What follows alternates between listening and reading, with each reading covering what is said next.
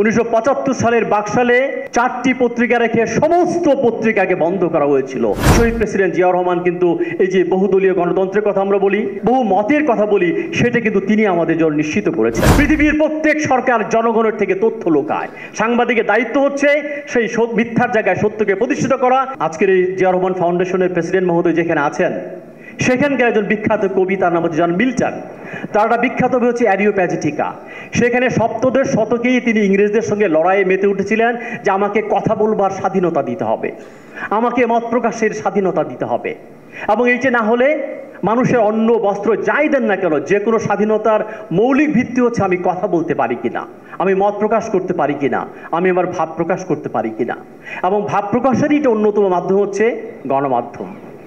কিন্তু আপনারা জানেন 1975 সালের বাকশালে 4টি পত্রিকা রেখে সমস্ত পত্রিকাকে বন্ধ করা হয়েছিল, গণমাধ্যমের কণ্ঠরোধ করা হয়েছিল। শুনলে অবাক হবেন, সেই সময়কার সাংবাদিকতার ইতিহাস পড়ে আমি দেখেছি সাংবাদিকরা মুদি দোকান দিচ্ছে, তারা হচ্ছে ভ্যানে দোকান দিয়ে তাদের জীবন জীবিকা, হাজার হাজার সাংবাদিক বেকার হয়ে গেছে। এই যে সাংবাদিকতা পেশার যে ডিগনিটি, তাদের যে মত প্রকাশ ভাব প্রকাশের স্বাধীনতা, এটা ফেরত নিয়ে আসছেন কে? একজন সামরিক শাসনের লোক হয়ে, সামরিক ব্যারাক থেকে এসে। RICL TMX, যুগের পর যুগ স্থাপনা থাকে মজবুত। শহীদ প্রেসিডেন্ট জিয়াউর রহমান কিন্তু এই যে বহুদলীয় গণতন্ত্রের কথা আমরা বলি, বহু সংবাদপত্রের কথা বলি, বহু মতের কথা বলি, সেটা কিন্তু তিনি আমাদের জন্য নিশ্চিত করেছেন।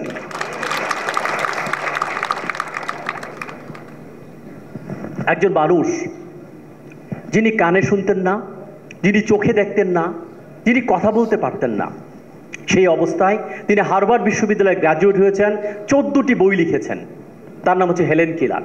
হেলেন কেলার বলেছে একজন মানুষ কত শিক্ষিত, কত সংস্কৃতবান তুমি বুঝবে কি দিয়ে? সে বলেছে একটি শব্দ দিয়ে। শব্দটা কি? টলারেন্স। যে যত বেশি শিক্ষিত সংস্কৃতিবান, তার টলারেন্সের লেভেল তত বেশি। আপাতত অনেক ডিগ্রি পড়াশোনা যদি সে টলারেন্স লেভেল না থাকে, হেলেন কেলার বলছে বুঝে নিবা তার শিক্ষার মধ্যে ফাঁক আছে। কাজে গণতন্ত্র কি সরকার ব্যবস্থা? তার চেয়েও গণতন্ত্র বড় হচ্ছে মত, দ্বিমত, ভিন্ন মত, পরমত সহিষ্ণুতা, যেটা আমি ক্লাসে বলি ভলতেয়ারের উক্তি, যে আমি তোমার সঙ্গে দ্বিমত করতে পারি, কিন্তু তুমি তোমার কথা বলতে দেওয়ার জন্য আমি আমার জীবন দিতে পারি। That is the beauty of democracy. এবং সেইটাই হচ্ছে শহীদ প্রেসিডেন্ট জিয়াউর রহমানের মূল জায়গা, যে যিনি বহু পত্রিকাকে খুলে দিয়ে মানুষের মত প্রকাশের পাঠাতনটা নির্মাণ করেছিলেন। এবং আপনারা শুনে অবাক হবেন, এই যে 16 বছরে মত প্রকাশ কি করা যেত? আজকে যিনি আমাকে ইনভাইট করেছেন, আমার কলিগ, আমার পাশের ফ্ল্যাটে থাকতেন, ডক্টর মোর্শেদ, তিনি খবরের কাগজে একটি কলাম লিখেছিলেন। শহীদ প্রেসিডেন্ট জিয়াউর রহমান একটি মাত্র লাইন লিখেছিলেন, সেই লাইনের জন্য ঢাকা বিশ্ববিদ্যালয় থেকে, যেটাকে আমরা মুক্ত চিন্তার জায়গা বলি, তার চাকরি চলে যায়। তিনি আমার পাশের ফ্ল্যাটে ছিলেন এবং তার বাসা থেকে, তার ছোট বাচ্চা আমার খুবই কাছে, বাচ্চাদের আমি খুব ভালোবাসি, সে বাচ্চা সহ তার বাসাকে ওইখান থেকে উৎখাত করে দেওয়া হয়েছে। এবং সেই রাতে তিনি ভয় পেয়েছিলেন তাকে কি অ্যারেস্ট করা হবে। আমি কিন্তু কোনো পলিটিক্যাল পার্টির লোক না, কিন্তু ভাবি আমাকে ফোন দিয়ে বলেন, রুবায়ত ভাই বাসাটা রেডি দেখেন, আজকে রাতে আপনার বাসা থাকতে হতে পারে। সে হয়তো আমার বাসায় ওই দিন রাতে আসেনি, আমি তৈরি ছিলাম।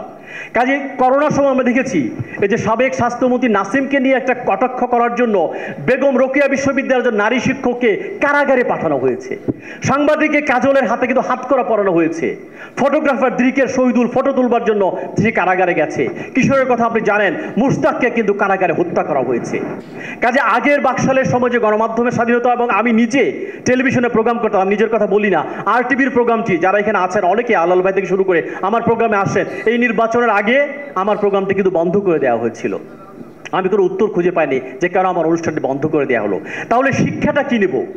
এইটা পড়বার জন্য আমি শহীদ প্রেসিডেন্ট জিয়াউর রহমানের মিডিয়া নিয়ে অনেকগুলো বই পড়েছি, এবং সেখানে একটা জিনিস পেয়েছি, এটা সবাইকে সতর্ক করবো এই কারণে, শহীদ প্রেসিডেন্ট জিয়াউর রহমান স্তাবকতা পছন্দ করতেন না।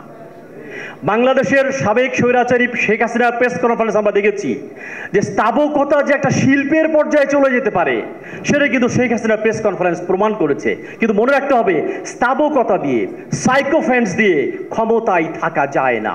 শহীদ প্রেসিডেন্ট জিয়াউর রহমান তিনি সাংবাদিকদের সঙ্গে মিশতেন, এবং যে জাতীয় প্রেস ক্লাব দেখেন, সেই প্রেস ক্লাবের ভবন কিন্তু তিনি করে দিয়েছেন। আগা খান ফাউন্ডেশন থেকে 10 লক্ষ টাকা দেওয়ার কথা ছিল, তিনি বলছেন না, জাতীয় প্রেস ক্লাব, জাতীয় ন্যাশনাল প্রাইড, এটা আমরা আমাদের টাকায় করব। কাজে সাইকোফ্যান্স এবং স্তাবকদেরকে আমি সবসময় ভয় পাই। সাংবাদিকতা বইয়ের প্রথম লাইন কি জানেন? পৃথিবীর প্রত্যেক সরকার মিথ্যা বলে, পৃথিবীর প্রত্যেক সরকার জনগণের থেকে তথ্য লুকায়। সাংবাদিকের দায়িত্ব হচ্ছে সেই মিথ্যার জায়গায় সত্যকে প্রতিষ্ঠিত করা, যা সরকার লুকাতে চায় সেটাকে প্রকাশ করতে পারা। সাংবাদিকরা যেন প্রকাশ করতে পারে, যেন সমালোচনা করতে পারে, সেই জায়গাটা নির্মাণ করার নাম হচ্ছে ডেমোক্রেটিক মূল্যবোধ। আমি মিস্টার তারেক রহমানকে ধন্যবাদ দিব। কয়েকদিন আগে তিনি কার্টুন নিয়ে লিখেছেন যে শিশির ভট্টাচার্য ঢাকা বিশ্ববিদ্যালয়, আমার আরেকজন কলিগ চারুকলাতে, তিনি একসময় কার্টুন আঁকতেন। তাকে নিয়ে আঁকতেন, তৎকালীন প্রধানমন্ত্রীকে আঁকতেন। তিনি বলেছেন আমি উন্মুক্ত করে দিলাম, তিনি যত খুশি পারেন কার্টুন আঁকুন এবং আমার সমালোচনা করুন।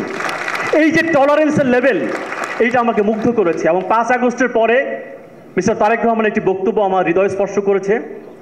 প্রথম বক্তব্য তিনি বলেছেন বাংলাদেশ মুসলমান থাকবে, বৌদ্ধ থাকবে, খ্রিস্টান থাকবে, হিন্দু থাকবে, তার পরের লাইনটা খুব ইম্পর্টেন্ট, বিশ্বাসীও থাকবে, অবিশ্বাসীও থাকবে।